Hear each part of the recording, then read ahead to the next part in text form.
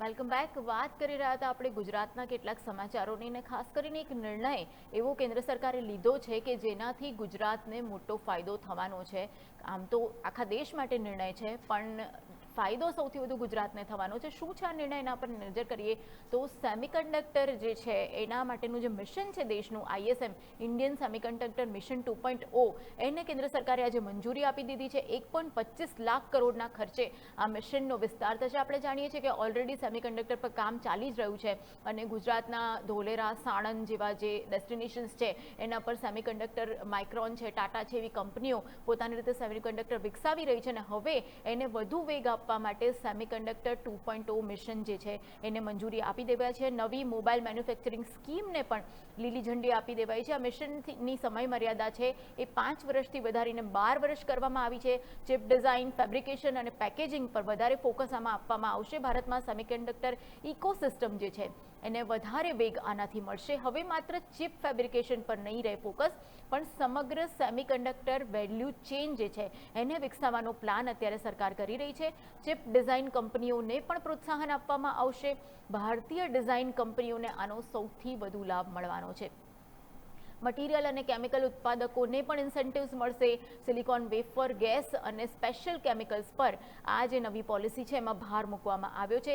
Equipment મેન્યુફેક્ચરર્સને પણ આ યોજનામાં સામેલ કરવામાં આવ્યા છે. મશીનરી બનાવતી કંપનીઓને આના કારણે પ્રોત્સાહન મળવાનું છે. અપસ્ટ્રીમ અને ડાઉનસ્ટ્રીમ બંને ઇન્ડસ્ટ્રીને સપોર્ટ મળે એ પ્રકારનું એક મિકેનિઝમ ડેવલપ થઈ રહ્યું છે. સાથે જ સંપૂર્ણ ચિપ ઇકોસિસ્ટમ ઊભું કરવા માટે ભારતની જે અત્યારે ઇમ્પોર્ટ પર જે નિર્ભરતા છે એ ઘટાડવા માટેનો મુખ્ય ઉદ્દેશ સાથે આ કામ થઈ રહ્યું છે. ચીન અને અન્ય દેશો પર આપણે ઓછો આધાર રાખવો પડે એના માટે મેક ઇન ઇન્ડિયા હેઠળ આ જે પ્રોજેક્ટ છે એને ગતિ આપવામાં આવી રહી છે. સ્થાનિક ઉત્પાદન અને વેલ્યુ એડિશન આના કારણે વધશે. ઇલેક્ટ્રોનિક ઇન્ડસ્ટ્રીને લાંબા ગાળે મોટો ફાયદો થવાનો છે. મોબાઈલ, લેપટોપ અને કન્ઝ્યુમર ઇલેક્ટ્રોનિક્સ છે એને આનાથી ખાસ ટેકો મળવાનો છે.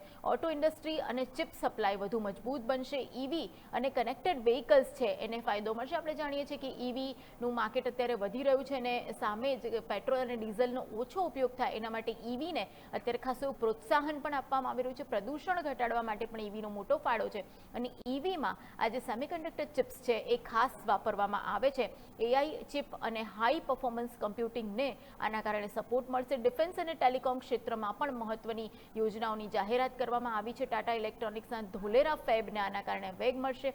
ભારતનું પ્રથમ કોમર્શિયલ ફેબ છે એ વધુ મજબૂત બનશે. માઇક્રોન જે સાણંદમાં પેકેજિંગ પ્લાન્ટનો પણ લાભ એને મળશે અને ગુજરાતનું સેમિકન્ડક્ટર હબ તરીકે સ્થાન જે છે એ વધુ મજબૂત બનવાનું છે. ઓવરઓલ જોઈએ તો અમેરિકા, જાપાન અને યુરોપ માટે ભારત એક વિશ્વસનીય ભાગીદાર તરીકે ઉભરી આવશે અને ગુજરાત ભારતનું એક સૌથી મોટું સેમિકન્ડક્ટર હબ તરીકે વિકસી આવે એવું છે. ઓલરેડી સેમિકન્ડક્ટર પર ગુજરાતમાં કામ ચાલી રહ્યું છે, પણ જ્યારે આ 2.0 મિશન શરૂ કરવામાં આવ્યું છે ને એનું જ રોકાણ આવશે એનાથી ભારતને અને ખાસ કરીને ગુજરાતને વધારે ફાયદો થાય એવી એક શક્યતા વ્યક્ત કરવામાં આવી છે. ગિફ્ટ સિટી સાણંદ અને ધોલેરા આ 3 મેજર સેન્ટર્સ છે ગુજરાતના કે જે આ જે એક મિશન છે એનો સૌથી વધુ લાભ ઉઠાવી શકશે.